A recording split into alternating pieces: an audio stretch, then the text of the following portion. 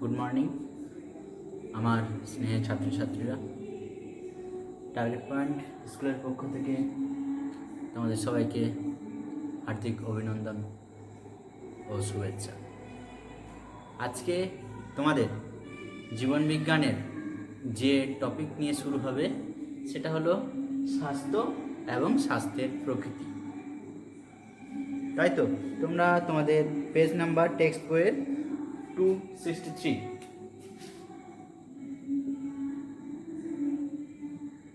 দেখে নেবে। তো আমরা জানবো আমাদের স্বাস্থ্য। আসলে এই স্বাস্থ্য বলতে আমরা কি বুঝি, অ্যাকচুয়ালি স্বাস্থ্যটা কি?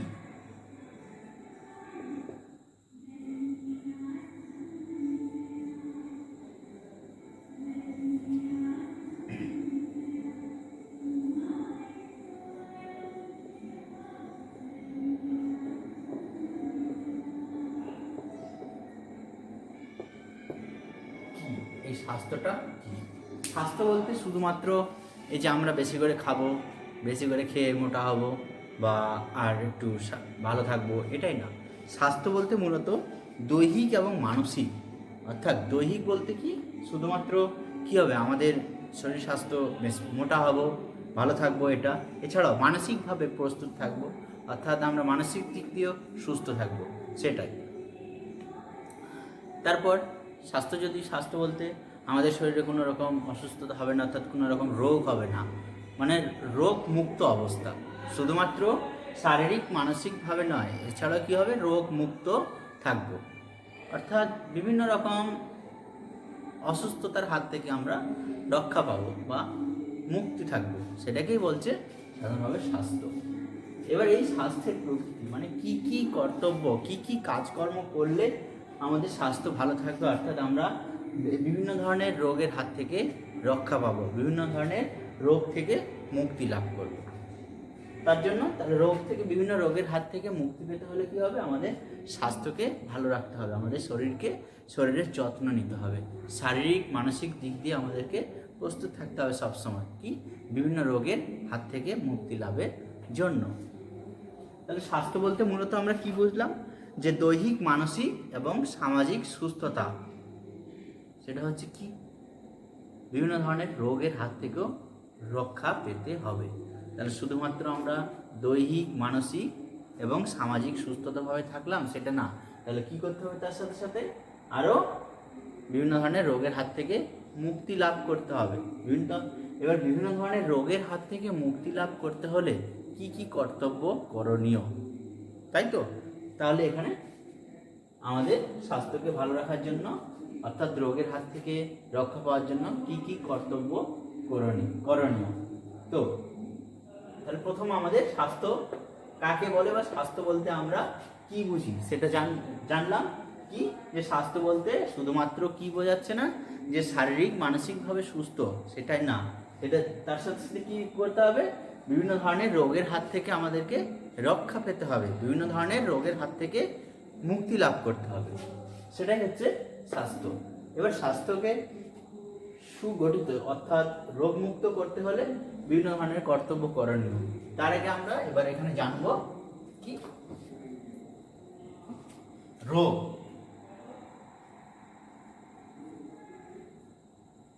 রোগ বা ডিজিজ,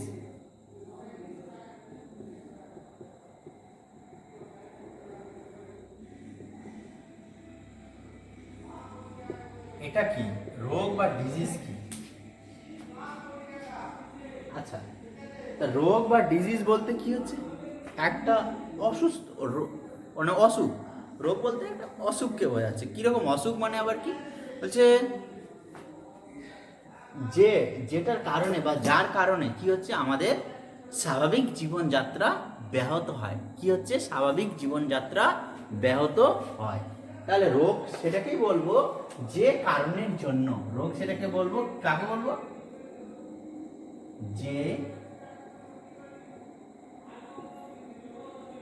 যে কারণের জন্য মানুষের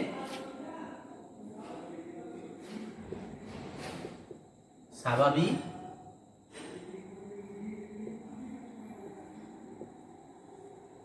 জীবনযাত্রা ব্যাহত হয়। তাহলে যে কারণের জন্য মানুষ ও বিভিন্ন প্রাণীর স্বাভাবিক জীবনযাত্রা ব্যাহত হয়।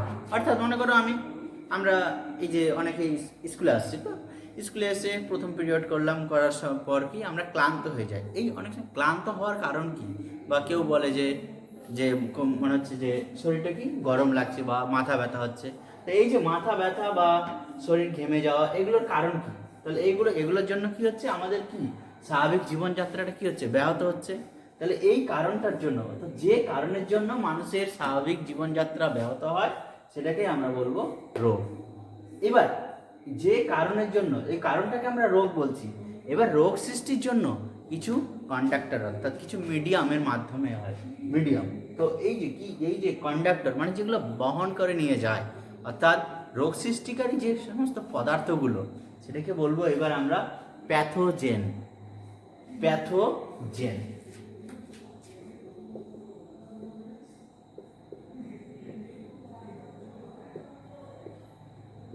প্যাথোজেন আরেকটা জানবো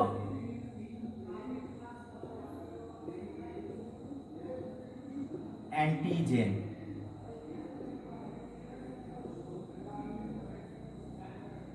জীবাণু। এই কয়েকটা শব্দ আমরা জানবো। তাহলে ফার্স্ট স্বাস্থ্য জানলাম। স্বাস্থ্য বলতে সাধারণত কি, শারীরিক মানসিকভাবে সুস্থতা নয়।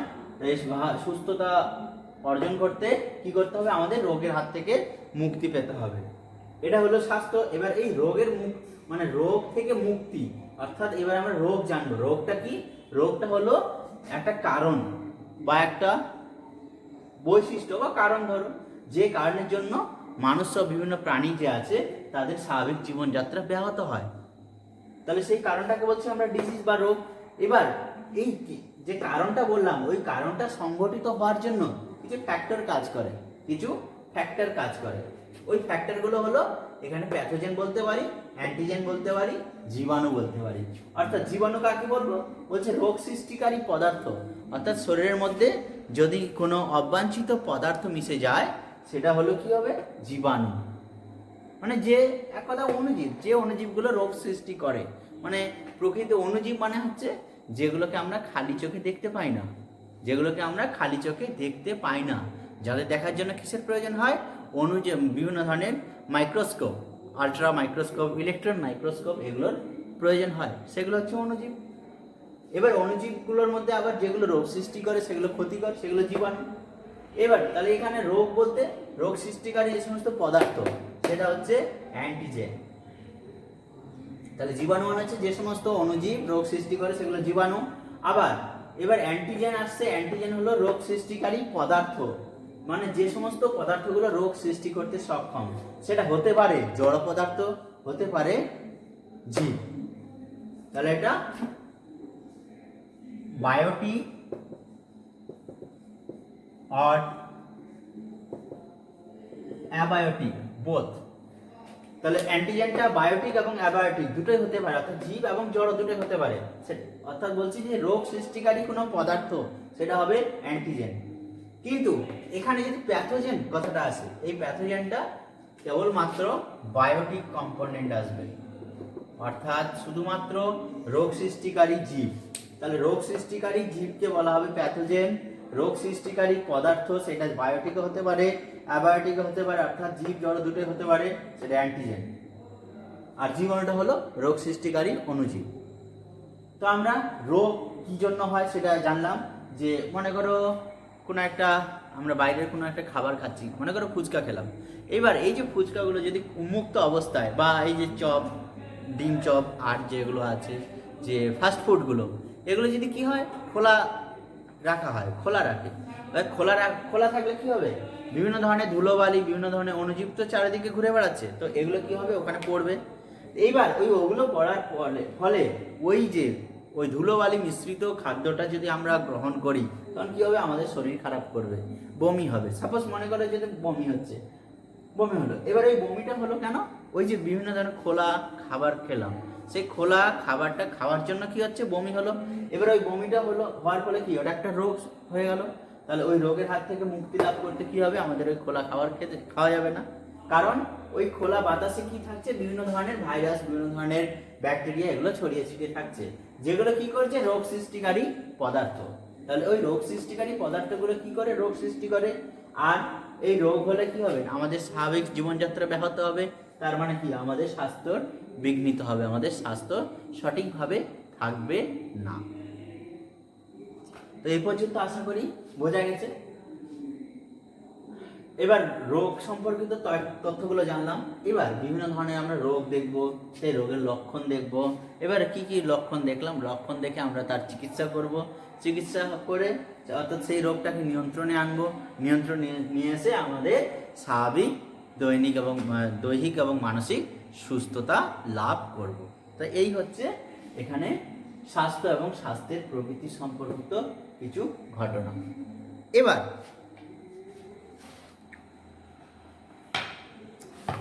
তোমাদের যে টেক্সট বইয়ে এখানে কিছু পয়েন্ট আউট করা আছে, এই যে ওগুলো বলে দিলাম আমি।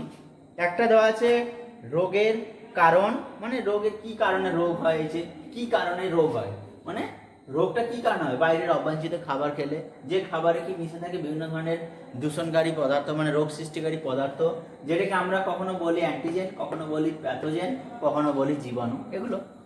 তারপর বলছে পোষক।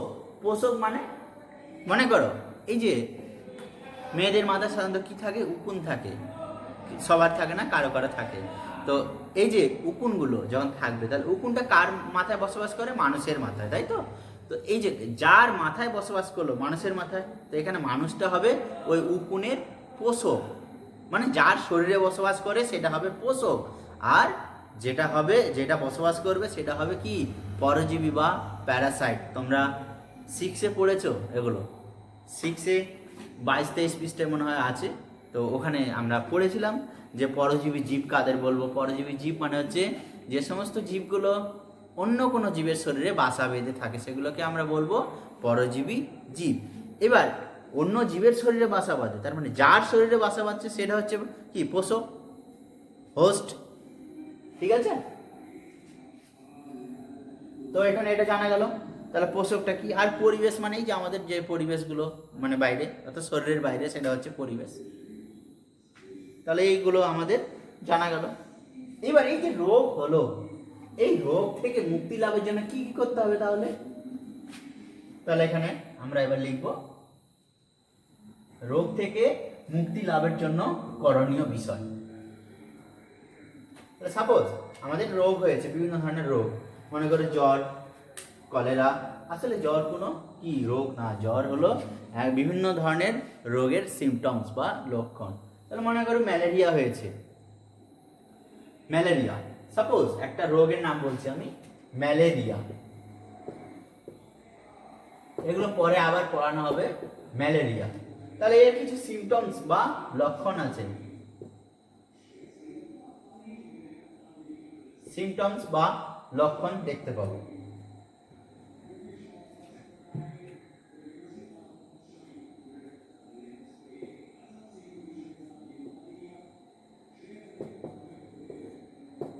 লক্ষণ যে কি, কাঁপুনি দিয়ে জ্বর আসবে, তাই তো। অর্থাৎ এই জ্বরের আবার 3টা দশা থাকে, একটা শীত তাপ দশা, শীত দশা, একটা উত্তাপ দশা, আর একটা হচ্ছে ঘর্ম দশা। এই যে 3টা ফেজ দেখতে পাবো, এই 3টা ফেজ হলো কি, ম্যালেরিয়া রোগের লক্ষণ। এই 3টা দেখতে পাবো। এবার এর কিছু বাহক আছে, কন্ডাক্টর আছে, মানে ম্যালেরিয়া রোগের জীবাণু কে বহন করে, এই সমস্ত ব্যাপারগুলো, এগুলো যাক এই মশা আমরা পড়বো। তারপর যেমন ডেঙ্গু, এডিস ইজিপ্টি বাহক, এগুলো আছে। তো যাই হোক, তাহলে এখানে আমরা রোগ জানলাম। এবার রোগ থেকে মুক্তি লাভের জন্য আমাদের কিছু করণীয় বিষয়, তাহলে লিখব রোগ থেকে মুক্তি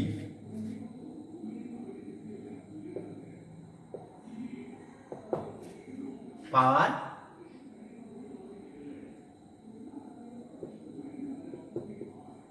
উপায়। আমরা যে আমাদের রোগ হয়েছে, তাহলে কি কি বিষয়গুলো করলে বা কি কি উপায় গ্রহণ করলে আমরা রোগের হাত থেকে মুক্তি লাভ করতে পারি, সেগুলো এবার একটু আলোচনা করব।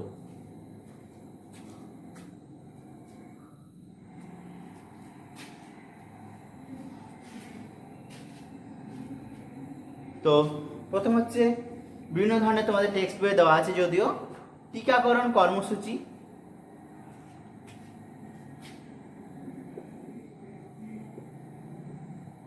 টিকাকরণ মানে ভ্যাকসিনেশন।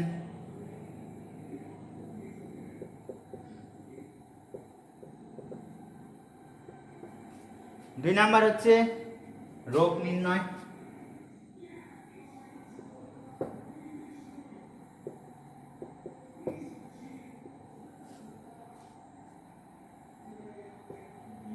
তিন নাম্বার হচ্ছে বিভিন্ন দক্ষতা সম্পন্ন মানুষের পুনর্বাসন।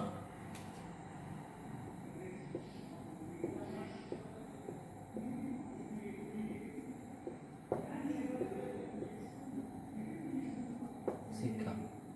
তাহলে ফার্স্ট, যদিও টিকাকরণ কর্মসূচিটা পরে আসে, প্রথমে রোগ থেকে মুক্তি পাওয়ার জন্য রোগ নির্ণয়। যাক, টিকাকরণটা কি?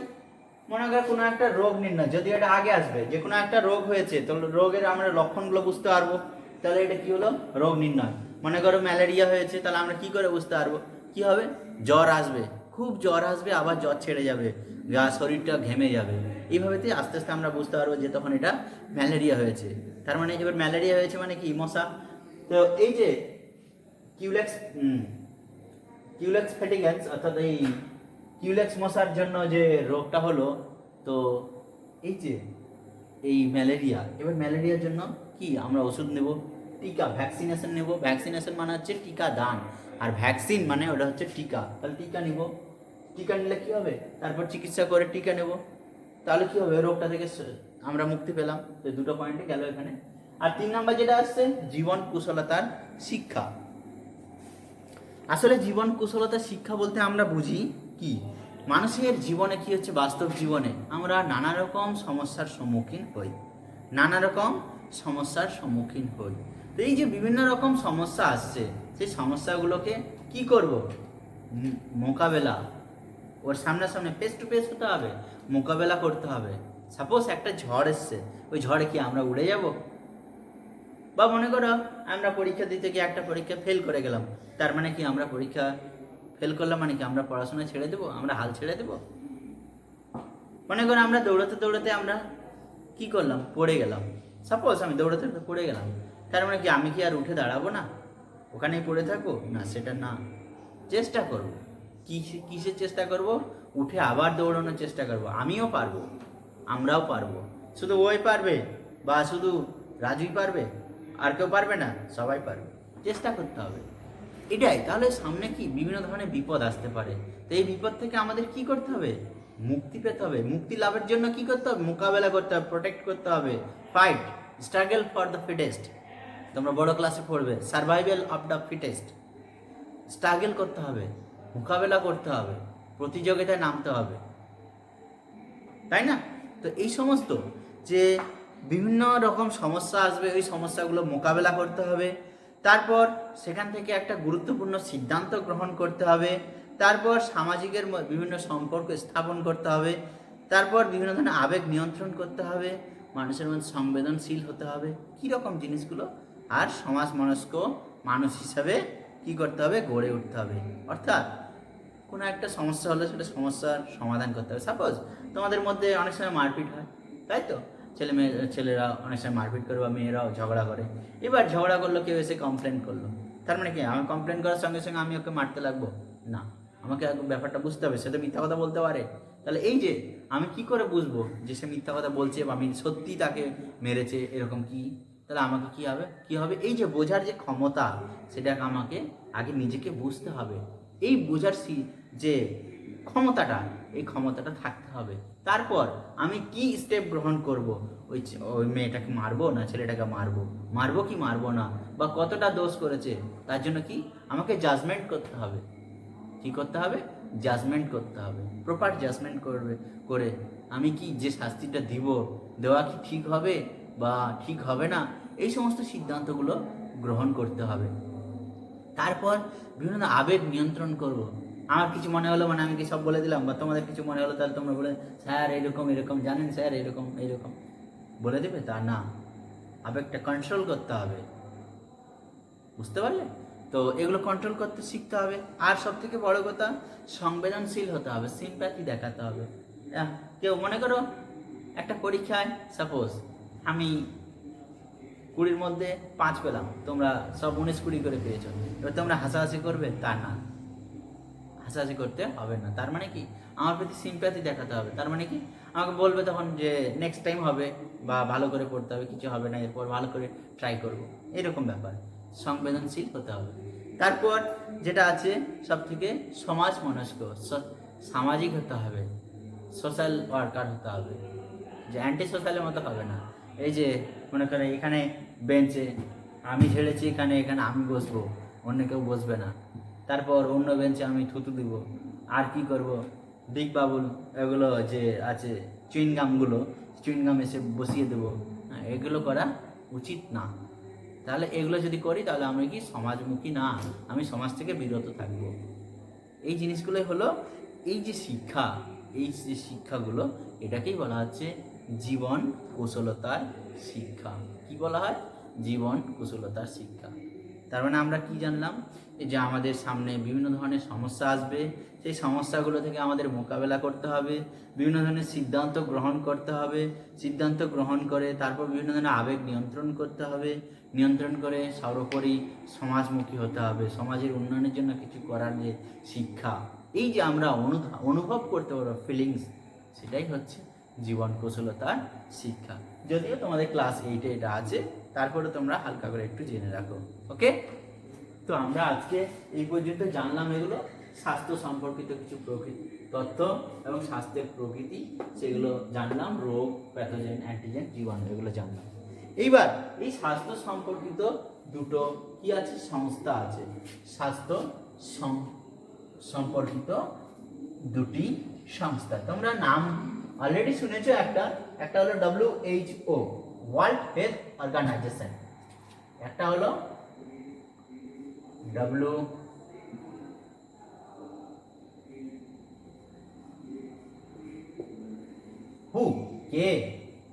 এটা হলো ওয়ার্ল্ড হেলথ অর্গানাইজেশন। কি হলো? World health organisation. 1949 খ্রিস্টাব্দের 9 এপ্রিল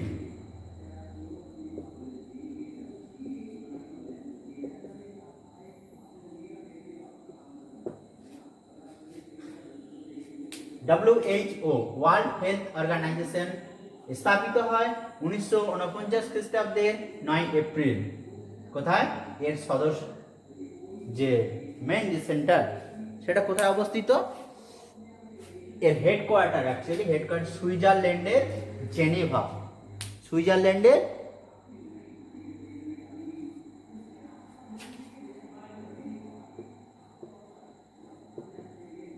জেনেভা হেডকোয়ার্টার, HQ সুইজারল্যান্ডে জেনেভা।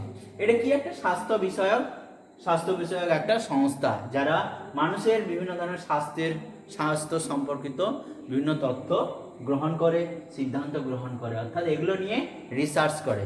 এটা কার অধীনে? এটা রাষ্ট্রসংঘ বা সম্মিলিত জাতিপুঞ্জ যে আছে সেটার আন্ডারে থাকে এই WHO। সম্প্রতি আমাদের যে করোনা একটা প্যান্ডামিক সিচুয়েশন আছে, এই যে মহামারী, অ্যাকচুয়ালি বিশ্বমারী, সারা বিশ্বব্যাপী আছে। তো এই যে করোনা, এই রোগ, এই যে এই ভাইরাসটা সম্পর্কিত যে বিভিন্ন ধরনের তথ্য আজ কি রিসার্চ করতে ব্যস্ত হয়ে আছে এই অর্থাৎ এই এর কাজ বা কর্তব্যরত অনেকগুলো সায়েন্টিস্ট। এটাই হচ্ছে একটা সংস্থা, স্বাস্থ্য সম্পর্কিত সংস্থা। আর একটা আছে ইউনিসেফ।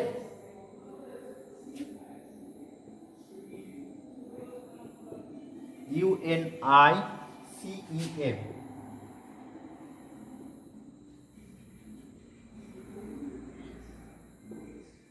এটা হয় 1946 খ্রিস্টাব্দে, সেকেন্ড ওয়ার্ল্ড ওয়ার, যে দ্বিতীয় বিশ্বযুদ্ধ হয়েছিল তারপরে বিভিন্ন ধরনের শিশু এবং মহিলাগুলো কি হচ্ছে ক্ষতিগ্রস্ত হয়েছিল। এই এমার্জেন্সি যে ফুড অ্যান্ড শেল্টার অর্থাৎ খাদ্য এবং বাসস্থানের জন্য একটি রাষ্ট্রসংঘের তরফে একটা বিশেষ সংস্থা তৈরি হয়, সেটা হলো কি ইউনিসেফ, ইউনাইটেড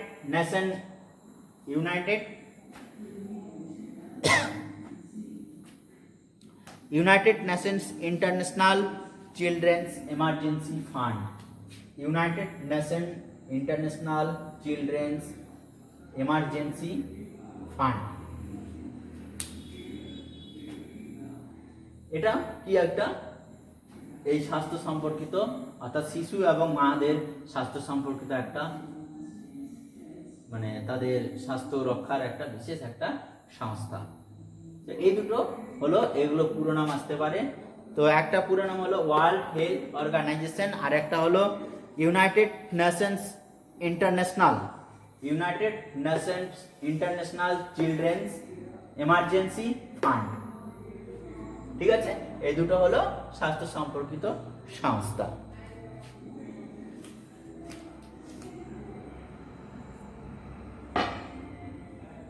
তো এই যে আমরা রোগগুলো জানলাম, তো এই রোগের কিছু শর্ত বা কন্ডিশন আমরা দেখতে পাবো, সেইগুলো তোমরা একটু পড়বে, আমি বলে দিচ্ছি।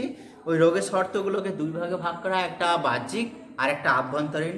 বাহ্যিক শর্ত যেমন বাইরে থেকে, বাইরের পরিবেশ থেকে, যেমন জল বাতাস এগুলোর জন্য বাইরে থেকে যে বিভিন্ন পদার্থ যখন শরীরের মধ্যে প্রবেশ করে তখন সেটাকে বাহ্যিক শর্ত বলছে, যেমন দূষক পদার্থ, জীবাণু এগুলো। আর অন্তঃস্থ পদার্থ মানে যখন রোগ সৃষ্টির জন্য যে সমস্ত পদার্থ শরীরের ভিতরেই থাকে, অনেক সময় সেটা অপুষ্টি মানে ম্যালনিউট্রিশন যেটাকে বলছে, আবার জন্মগত কিছু ব্যাধি, এটা হচ্ছে অভ্যন্তরীণ সমস্ত মানে শর্ত।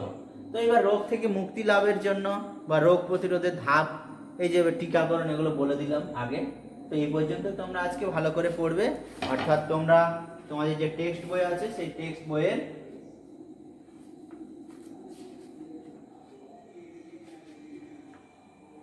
267 পৃষ্ঠা পর্যন্ত তোমরা পড়বে।